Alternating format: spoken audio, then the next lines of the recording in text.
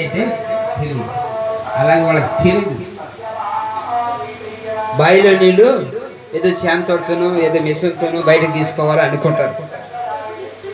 కానీ మన యేసయ్య ఉచితంగానే జీవజలాలు మనకి ఇస్తాడు. దేవునికి స్తోత్రం. హల్లెలూయా, హల్లెలూయా. ఏమిటి ఆ జీవజలం? దేవుని వాక్యం, పరిశుద్ధ ఆత్మ. హల్లెలూయా, హల్లెలూయా, హల్లెలూయా.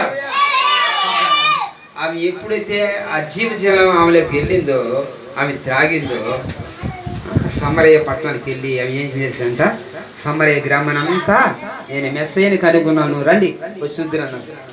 వాళ్ళు వచ్చి చూశారు. అంటే ఆ పట్టణం, ఆ గ్రామం అంతా మారిపోయింది.